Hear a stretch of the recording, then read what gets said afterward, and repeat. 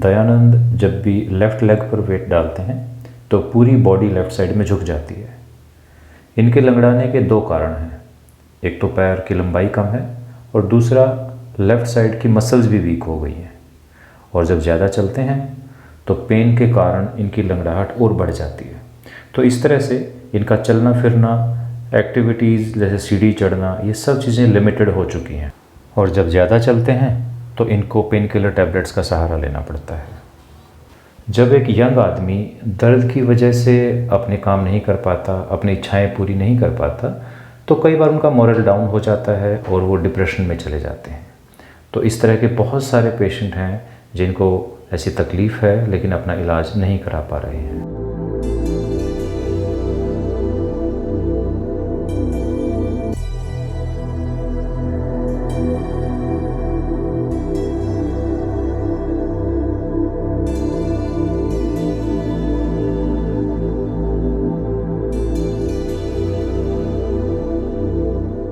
नमस्कार, हमारे साथ दयानंद हैं जो कुशीनगर यूपी से हमारे पास आए हैं। इनकी उम्र है 40 साल और पिछले लगभग 13 साल से इनके लेफ़्ट हिप में मल्टीपल सर्जरीज हो चुकी हैं, कई बार परेशानी हो चुकी है, ऑपरेशन भी हुए हैं, लेकिन संतुष्ट नहीं है, अभी भी तकलीफ़ है, दर्द है, पैर छोटा है। 2008 में पहली बार आपको दिक्कत आई, क्या हुआ था 2008 में? 2008 में सर ये उसमें कोले में दर्द हो रहा था। हाँ, तो फिर डॉक्टर से दिखाया गया, उन्होंने ऑपरेशन के लिए बोला। क्या बताया, क्या बीमारी बताई उन्होंने? बीमारी उन्होंने कुछ नहीं बताया सर, बोला कि मतलब तुम्हारा बाल जो है खराब हो रहा है, अच्छा, गल रहा हो, इसको ऑपरेशन करवा दो, नहीं तो तुम्हारे को बोन कैंसर हो जाएगा। फिर सर मैंने डर के ऑपरेशन करवा दिया उनसे। उन्होंने ऑपरेशन कर दिया। ऑपरेशन करने के बाद से जो है जब चलाना शुरू किए 15 दिन के बाद, तो पैर सर मेरा बड़ा हो गया। ऑपरेशन में क्या किया उन्होंने? कोई बॉल चेंज की या क्या किया? जो सर ये डाला हुआ है ये चीज, यही बस ये डाला गया था, बस बॉल डाली उन्होंने, बस ये लंबी वाली लेंथ डाली हुई। हाँ, तो उन्होंने ऑपरेशन किया तो पैर लंबा हो गया आपका? जी, लंबा हो गया। ठीक है। तो चलाना शुरू किया उन्होंने। हाँ। जब चलने लगा तो ये बगल में जो पाटे में साट मारने लगा बिजली जैसे। अच्छा। तो फिर वो दवा चलाते रहे 3 महीने का समय वेट किए। हाँ। नहीं सुधार हुआ। फिर उन्होंने हमें एडमिट किया, कुछ खर्चे उर्चे अलग से लिए, ऑपरेशन फिर किए। अच्छा। फिर ऑपरेशन करने के बाद से जो इसका आकार है सर, वो बता रहे थे कि थोड़ा सा छोटा हम डालेंगे। ओके। तो जब दूसरी बार उन्होंने छोटा डाला और उस जगह पे थोड़ा सा उन्होंने बुशिंग किया, हाँ। चलने के लिए इसको। हाँ हाँ हाँ। तो वो कर करके उसके बाद से फिर मतलब सिलाई कर करके छोड़ दिए। हाँ। फिर हमको चलाना शुरू किए। हाँ। जब चलाना शुरू किए तो उस समय भी मेरा पैर इतना छोटा। अच्छा, अब की बार छोटा हो गया? जी, ओके, छोटा हो गया। अब उसके बाद से मान लीजिए 13 साल मैं अपना मतलब जीवन व्यतीत किया हूँ, कमाया हूँ, खाया हूँ। उसके वजह से मेरे को लग रहा है कि पूरा जब भी दिखाता हूँ किसी डॉक्टर से बोलते हैं नीचे की तरफ भाग रहा है, ये नीचे की तरफ भाग रहा है। आपको क्या परेशानी? परेशानी मुझे सर ऐसा होता है कि इस पे दर्द हो रहता है हमेशा। ये दर्द कब से शुरू हुआ? जब से मेरा ऑपरेशन हुआ है तब से मेरा दर्द ये चालू है। इस चीज से क्या होता है मुझे कि मैं कोई काम नहीं कर पाता हूँ। ये सभी आप बोलोगे झटका से खड़े हो जाओ, खड़े होने के लिए मुझे ताकत चाहिए इसमें। जैसे जैसे थोड़ा सा इस पे लोड देता हूँ, उसके बाद से फिर मेरा पैर बढ़ता है। थोड़ी देर रुकना पड़ता है? थोड़ी देर रुकना पड़ता है। और अनेकों प्रकार का दर्द रहता है। सोता हूँ इसे पैर करके, तो अगर ऐसे गिर गया तो ऐसे झटका में आता है इसमें। अच्छा। कंपन जैसे। तो कभी मैं ऐसे करवट सोता हूँ इसको दबा करके। हाँ। बहुत सारी परेशानियां होती है इसमें। अगर चलना चाहो लगातार तो कितनी दूर चल पाते हो? चलने को तो चलता हूँ सर, 1 किलोमीटर तक चल लेता हूँ। अच्छा। लेकिन वही है कि फिर दूसरे दिन मुझे पैर किलो की दवा खाना पड़ता है। यूज कर देता हूँ पैर को तो दवा लेना ही पड़ता है मुझे। यही सारी दिक्कत है। और पैर छोटा तो है ही? पैर तो छोटा है ही है। पहले भी छोटा था, मान लीजिए चलता हूँ तो जहाँ दिखाया हूँ हर डॉक्टरों को वो लोग यही बोलते हैं कि ये नीचे की तरफ भाग रहा है तुम्हारा। ओके, तो ये प्रॉब्लम है। जब एक बार सर्जरी में प्रॉब्लम आती है तो पेशेंट को उसमें अगर हम ठीक नहीं कराते हैं उसको तो लाइफ लॉन्ग इस तरह की दिक्कत रह सकती है। 13 साल इन्होंने वेट किया है दयानंद ने, लेकिन सुधार नहीं हुआ है। अल्टीमेटली ये जो इम्प्लांट है इनका हमें निकाल कर रिवाइज करना पड़ेगा। इसमें एक्सरे में आप देखेंगे कि इसकी जो अलाइनमेंट है उसमें भी प्रॉब्लम है और जो ट्रोकेंटर है वो थोड़ा ऊपर चला गया है, उस वजह से शॉर्ट है। दूसरी चीज़ ये है कि जो इम्प्लांट यूज़ किया गया बाइपोलर हेमी आर्थ्रोप्लास्टी, यानी कि आधा हिप रिप्लेस हुआ है। यंग पेशेंट हैं, अगर अभी 40 के हैं तो 13 साल यानी कि 27 साल के रहे होंगे उस टाइम, तो 27 साल में बाइपोलर इम्प्लांट एक अच्छी चॉइस नहीं है। तो जो भी गलतियां रही हैं, जो भी हमारी, मैं कहूँगा खराब किस्मत ही है, क्योंकि डॉक्टर तो हमेशा अपने पेशेंट का भला ही चाहता है जी। तो जो भी हुआ है उसका सबका सुधार करने की कोशिश करेंगे और एक नॉर्मल लाइफ आपको देने की कोशिश करेंगे। तो दयानंद का हम MIS टेक्निक से ceramic non cemented hip replacement कर रहे हैं। पहले 2 सर्जरी हो चुकी हैं, बहुत पुराना एक इम्प्लांट भी इसमें डला हुआ है। ये काफ़ी चैलेंजिंग केस है हमारे लिए, लेकिन क्योंकि हमारे यहाँ आमतौर पर ऐसे केस आते रहते हैं तो मुझे नहीं लगता इसमें कुछ ज़्यादा दिक्कत आएगी।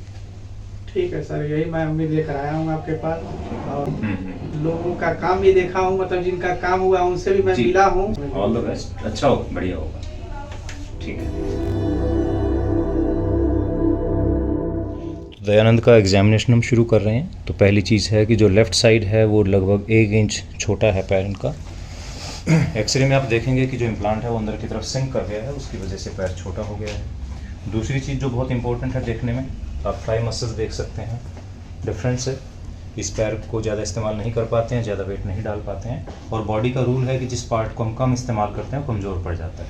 तो थाई मसल्स में आप डिफरेंस देख सकते हैं, ऑलमोस्ट 50% का डिफरेंस है।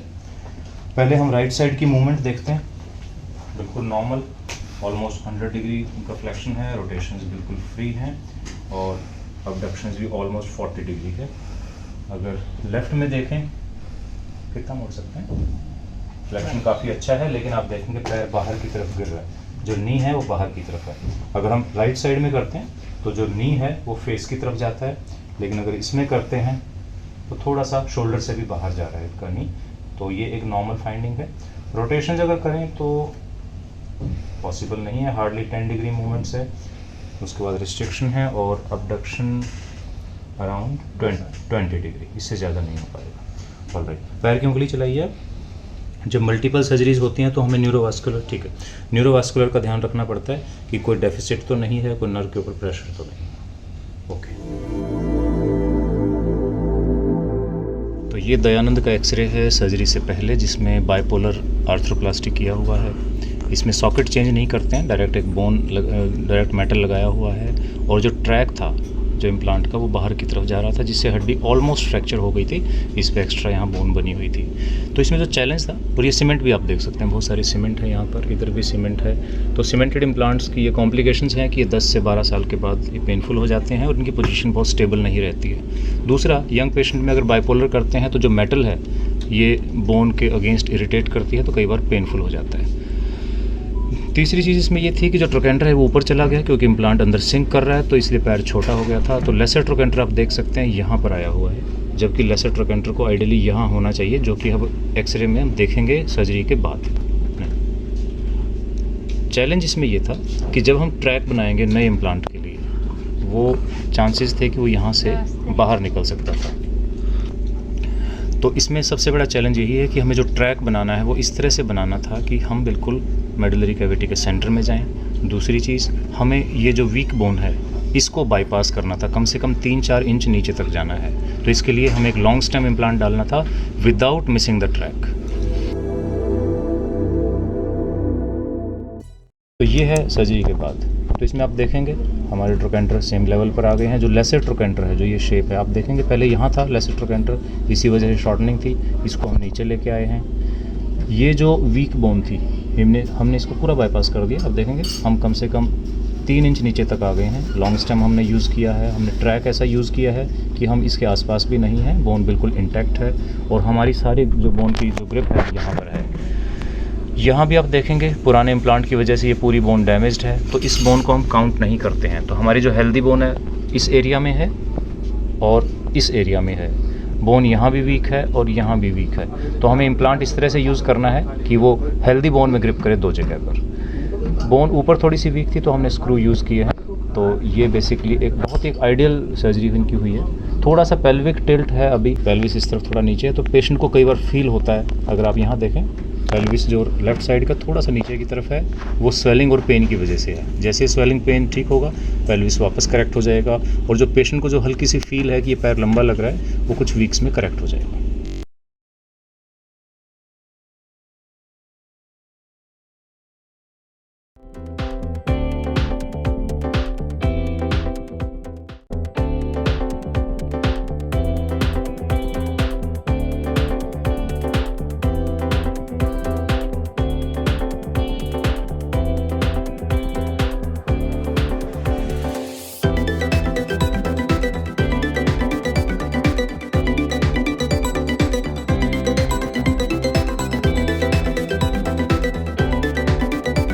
तो यहाँ से शुरुआत होती है एक नए सफ़र की, एक ऐसा सफ़र जिसमें उम्मीदें हैं, पॉसिबिलिटीज़ हैं, एम्बिशंस हैं और अपने परिवार की वो सब इच्छाएं पूरी करने की संभावना है जो तकलीफ़ के चलते ये लोग अपने मन में दबा कर रखते हैं। लेकिन सब लोग दयानंद की तरह लकी नहीं होते, वो यहाँ तक नहीं पहुँच पाते। कारण जानकारी की कमी, गाइडेंस की कमी, पैसे की कमी या हिम्मत की कमी। हिम्मत की कमी इसलिए कि कुछ पेशेंट सोचते हैं कि ऑपरेशन के बाद वो कहीं पहले से भी ख़राब हालत में ना चले जाएं। तो इन सब चीज़ों के चलते ये पेशेंट इसी तरह सफ़र करते रहते हैं, इसी तरह परेशान रहते हैं। तो हम चाहते हैं हम आपका मार्गदर्शन कर सकें, आपको रास्ता दिखा सकें कि आपको तकलीफ़ सहन करने की ज़रूरत नहीं है, आप ठीक हो सकते हैं।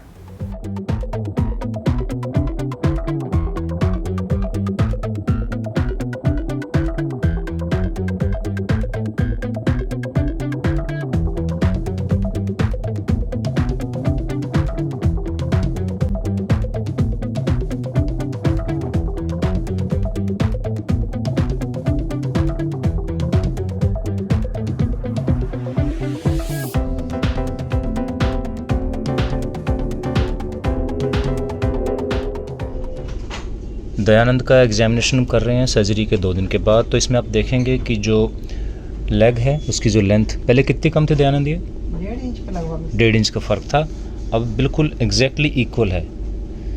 आप देख सकते हैं बिल्कुल इक्वल।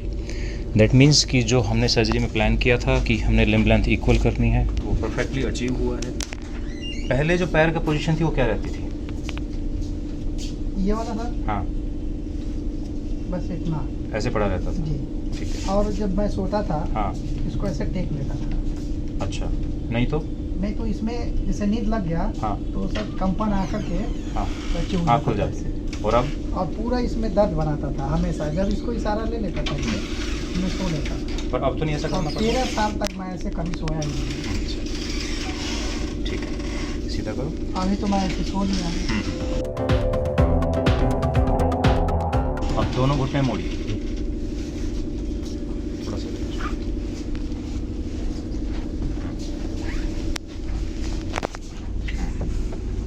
जितना मोड़ सकते हो आराम से। ठीक है, तो 45 डिग्री मूवमेंट अभी आ गई है, पर अभी थोड़ा सा पेन है क्योंकि अभी 2 ही दिन हुए, तो इसलिए पेशेंट पूरा 90 डिग्री तक नहीं जा सकते।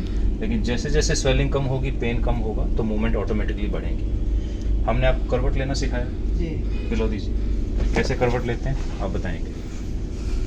पहले हमने इधर शिफ्ट होना है एज पे, आइए, वेरी गुड, ओके। फिर हमने पिलो रखना है थाइस के बीच में, इसको ऐसे ग्रिप करना है और रोल करना है। तो बेसिकली इसमें किसी भी दूसरे इंसान की ज़रूरत नहीं है। पेशेंट इज़ इंडिपेंडेंट कि वो अपने आप करवट ले सकते हैं, अपने आप। ये दोनों पौड़ी सट मेरा सट सकता है नीचे। हाँ हाँ, ऐसे जब जो है हाँ, ऐसे आ सकता है ना? बिल्कुल, कोई प्रॉब्लम नहीं है। तो ये बहुत ही सिंपल है और ये पिलो भी हमें सिर्फ 6 वीक्स तक यूज़ करना है, उसके बाद ज़रूरत नहीं है इसकी। चलो सीधे हो जाइए। अब सीधे कैसे होना है? अब सेंटर में चलेंगे, ठीक है, वेरी गुड। और उसके बाद पैर सीधे करेंगे, पैर लंबे करिए और अब हम पिलो निकाल देंगे। तो ये तरीका है करवट लेने का। तो पेशेंट प्रैक्टिकली इंडिपेंडेंट है। हालांकि रिवीजन सर्जरी है, काफ़ी मेजर सर्जरी है और ये नॉर्मल सर्जरी से काफ़ी डिफिकल्ट होता है, कॉम्प्लिकेटेड होता है, इसमें टाइम भी ज़्यादा लगता है बोन में। लेकिन patient is recovering very well और अब डिस्चार्ज के लिए तैयार है।